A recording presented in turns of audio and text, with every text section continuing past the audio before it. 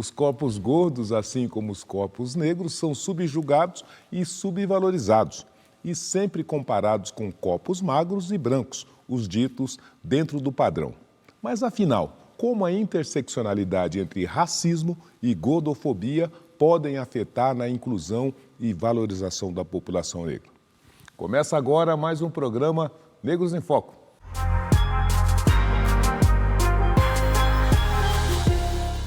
Vivemos uma cultura de preconceito histórico e que é alimentada pela moda, a arte, a mídia e o mundo corporativo.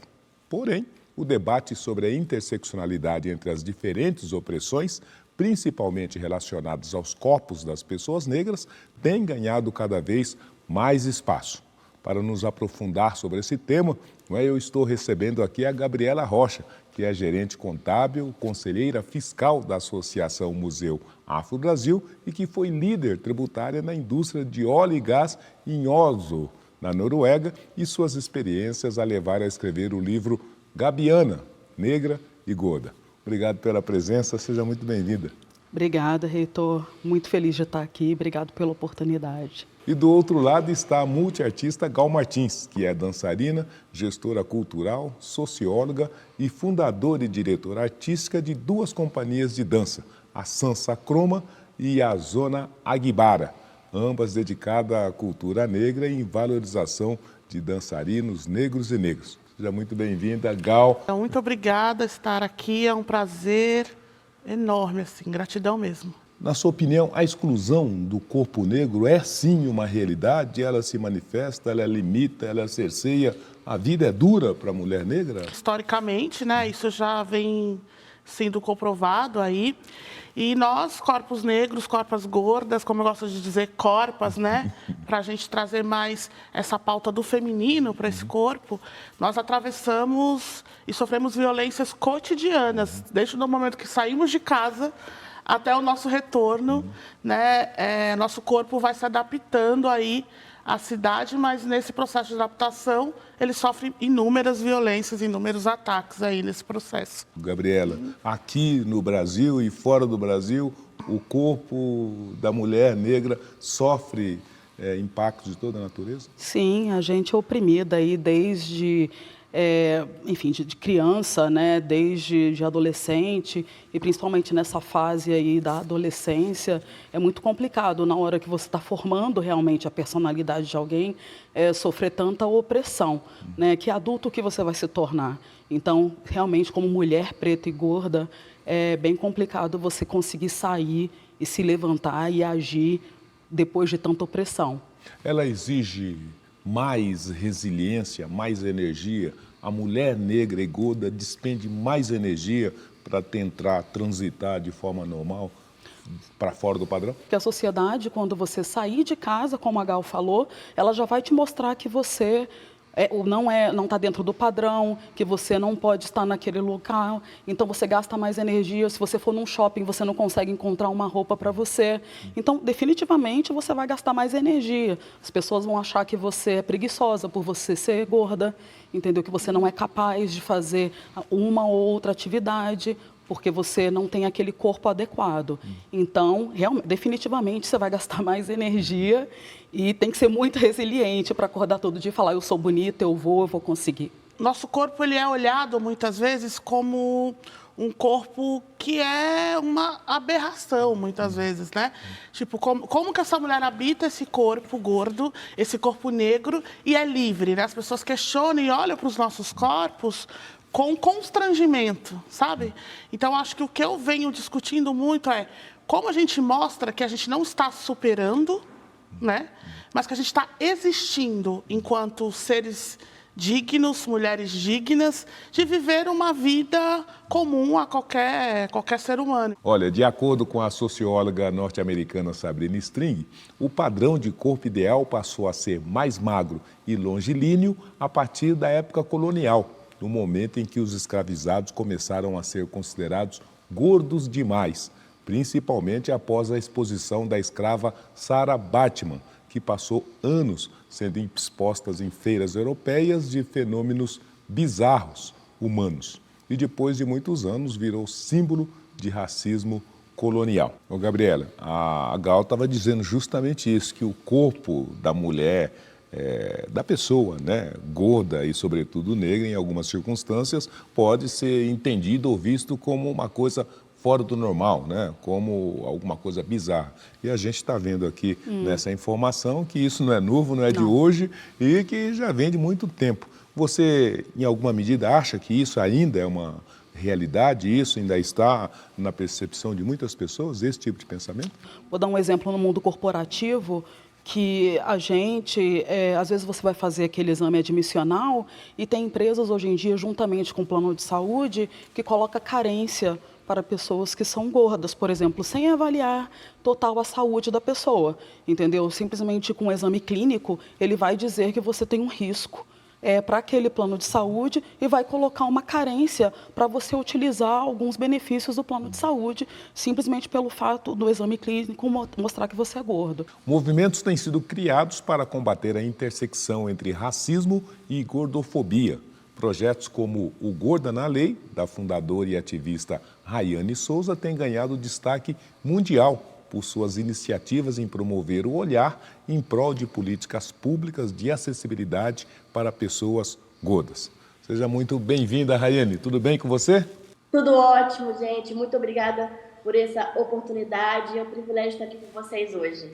Rayane, é correto a gente falar pessoa gorda? Como é que a gente deve se reportar para essas pessoas na rotina do dia a dia? Uma pessoa gorda, tá certo, tá errado, é isso? Infelizmente, né, a palavra gorda, ao longo aí da história, ela sempre foi interpretada como algo ruim, né, e não como um adjetivo comum, como deveria ser interpretado, assim como magro, alto, baixo.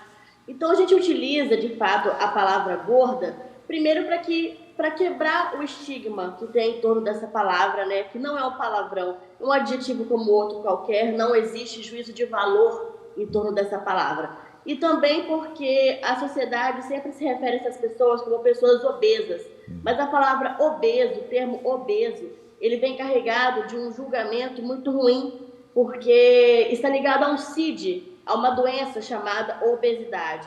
Então a gente também evita usar esse termo, porque a gente já traz uma sensação ruim quando fala pessoa obesa, a gente pode estar se referindo a uma pessoa doente.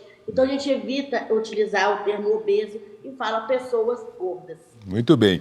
E, na sua opinião, existe essa intersecção entre racismo e gordofobia? Isso é uma realidade? Isso atinge as pessoas? Isso limita as pessoas? Vocês, né, brilhantemente já trouxeram essa parte da história, né? Quando a gente vai lá no século XV ao século XIX, a gente já percebe essa marginalização em relação ao corpo negro, essa associação da negritude com a gordura já acontecendo, né, em comparação ao padrão europeu, a história da Sarah Baartman, logo em seguida, né, na verdade lá para a década de 70, o combate à gordofobia já surge lá nos Estados Unidos. Então a gente já tem visto ao longo da história mais do que provas de que isso é algo que a gente tem que lidar todos os dias. Quando a gente fala de combate à gordofobia, obviamente, a gente está falando de todas as pessoas gordas, todas as pessoas que lidam com obesidade no dia a dia. Mas os recortes precisam ser feitos.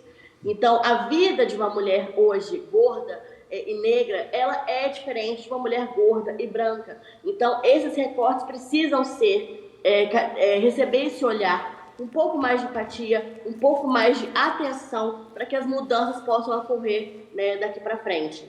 Agora, Rayane, a gordofobia ainda assim e até agora não é um crime, não é? E você está dizendo, e nós estamos conversando, que ainda que não seja um crime, ela limita acesso a direitos, não é? E garantias também de um tratamento igualitário. Como é que a gente, então, pode promover, né, esse direito e esse acesso independente de não ter uma lei que garanta ou que puna essas condutas? Sim, no Brasil, gordofobia ainda não é crime. Hoje já temos diversos projetos de lei, tá, que querem combater a gordofobia dentro dos estados. Em termos de lei federal, ainda há uma discussão, mas já existem projetos de lei também que querem criminalizar a gordofobia. Mas hoje, por conta desse avanço, né, desse debate jurídico em relação ao combate à gordofobia, a gente já encontrou alguns caminhos possíveis para a gente blindar, né, e proteger esses nossos direitos, principalmente quando a gente fala de acessibilidade, né, de oportunidade. Então, por mais que a gordofobia não seja crime no Brasil, ela já pode ser interpretada como diversas situações. Então, quando a gente fala de mercado de trabalho, a gordofobia ela pode ser interpretada como assédio moral. Quando a gente fala de crime, a gordofobia pode ser interpretada como injúria, um crime contra a honra. E os tribunais já têm reconhecido isso. Então, a gente consegue hoje encontrar caminhos, né, para que a gente possa defender os nossos direitos, garantir os nossos direitos, mesmo com essa ausência legislativa. Então, a gente acredita que daqui para frente, a gente vai ter essa vitória de ter uma lei federal concreta para poder fazer valer esse direito.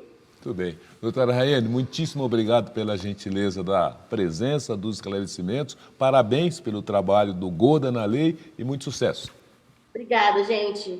Ô, Gal, nós estamos vendo que não tem uma lei que impede, não é, o acesso do gordo e uma lei também que protege, mas as agressões e hostilizações de toda maneira é uma realidade, não é? Como é que a mulher gorda precisa utilizar isso a seu favor? Essa questão dos ataques, a gente tem aí as redes sociais, que hoje tem sido uma das principais ferramentas de pessoas, né, intolerantes, gordofóbicas, para atacarem corpos gordas e corpos gordos. Nós, na Zona Guibara mesmo, a gente tem sofrido constantemente ataques nas redes sociais e que muitas vezes a gente também, nós ficamos encobertas, né, e perdidas muitas vezes do que fazer nesse momento em que tudo é autorizado, né? As pessoas, a gente vive um momento social e político onde as intolerâncias estão autorizadas virem à tona, né? Para nós que somos artistas e colocamos o nosso corpo na cena de diversas maneiras, ele ainda é visto como motivo de ataque, né? Como se não fosse algo ligado à arte, como se nós não tivéssemos a capacidade de nos colocarmos enquanto artistas simplesmente porque somos gordas. Dona Gabriela, eu já andei sabendo que você agora também é uma escritora gabiana, negra e gorda, né? Está aqui, né, a obra importante da Gabriela, que justamente, né, faz um retrato dessa realidade, dessa vida da mulher negra e gorda através de Gabiana. O que diz a Gabiana? O que você aborda nesse livro, Gabriela? Esse livro, na verdade, ele é com base, então, nas minhas experiências. Ele não é uma biografia, mas é com base... Então, eu criei esse personagem Gabiana. Não é você, não? Tem alguma coisa a ver com você ou não? E aí, com base nas minhas histórias, eu resolvi, até na época que eu morei em Oslo, então estava muito sozinha e tal, então peguei todas essas minhas, né, essas coisas que eu escrevi durante a minha vida, toda a minha experiência, e resolvi colocar no livro.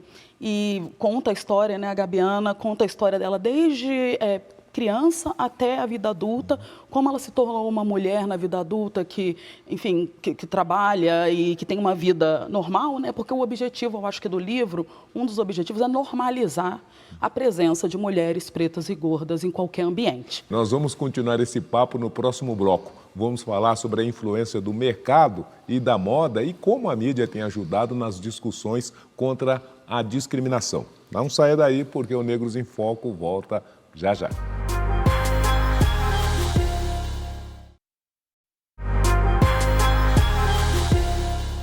E já estamos de volta com o nosso programa Negros em Foco.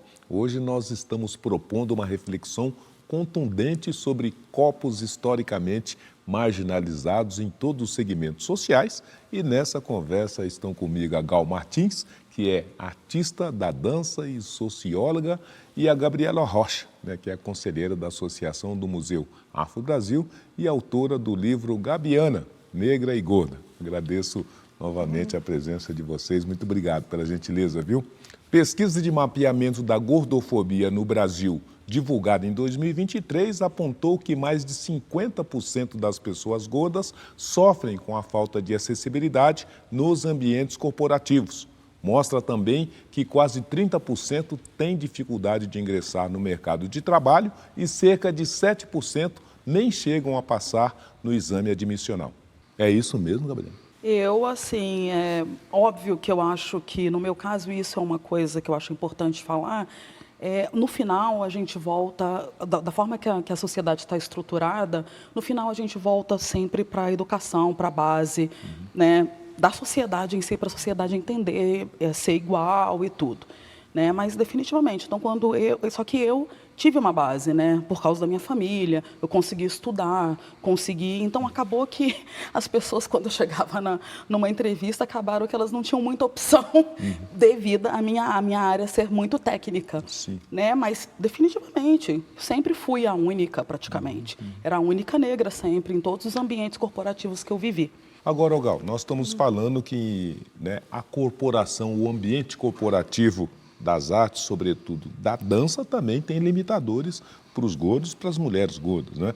E você está dizendo, inclusive o seu trabalho é uma denúncia e também é uma tentativa de mudar esse estado de coisas, porque o espaço da organização da dança é um espaço que tem reservas para o corpo gordo, é isso? Acho que a dança é uma das linguagens artísticas, né, que tem essa relação direta com essa questão do padrão, né? A gente sabe que dentro das histórias, quando a gente vai pesquisar dança, é sempre numa perspectiva euro-referendada, ocidental, e pouco a gente tem, por exemplo, registros de estudos em pensamentos em dança estéticos que sejam afrocentrados, né? E isso, obviamente, reflete diretamente no fazer artístico, né? Na prática dos profissionais da dança, né? Sim. O próprio balé clássico que vem hoje, né? Que vem dessa característica do padrão, que exige corpos padrão. Muitas mulheres negras, por exemplo, sofreram e ainda sofrem, adolescentes, crianças negras, sofrem constantemente racismo em sala de aula, na sala de ensaio, exatamente porque tem o quadril mais largo, porque tem seios mais avantajados, e tudo isso, muitas vezes, por uma visão euro-referendada, é um impedimento para que essa pessoa seja bailarina, né? Justamente por conta disso, né, grupos lutam em prol da antigordofobia e antirracismo. O movimento Corpo Livre é um deles. A filosofia estimula as pessoas a celebrarem seu corpo como são. Vamos ouvir o que as pessoas têm a dizer sobre isso.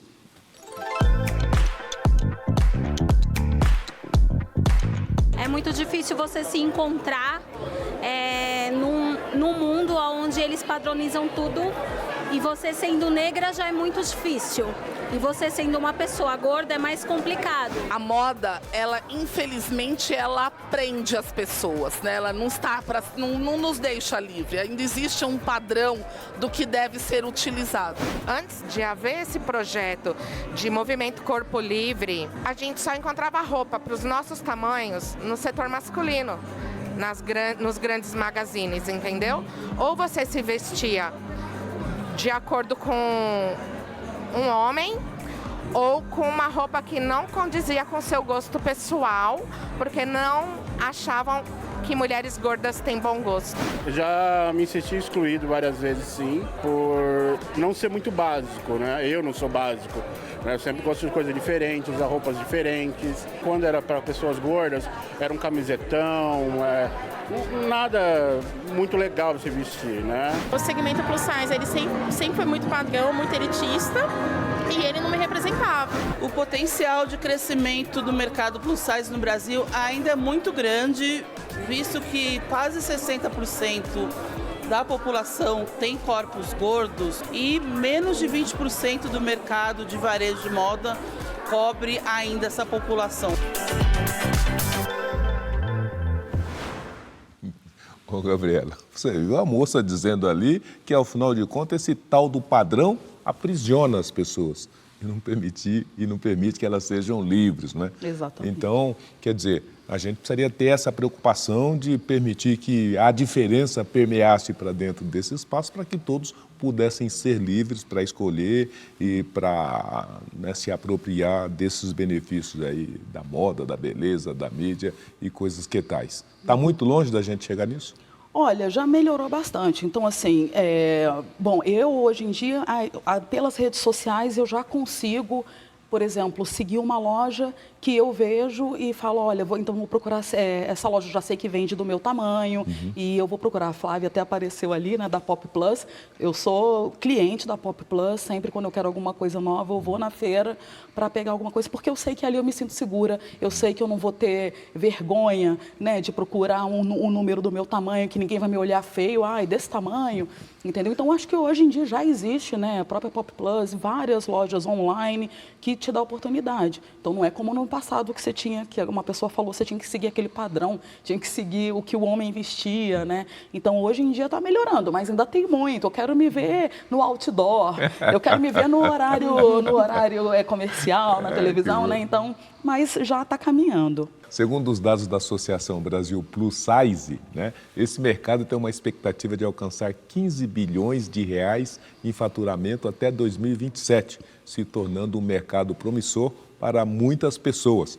Vamos ver isso agora. Acompanhe comigo.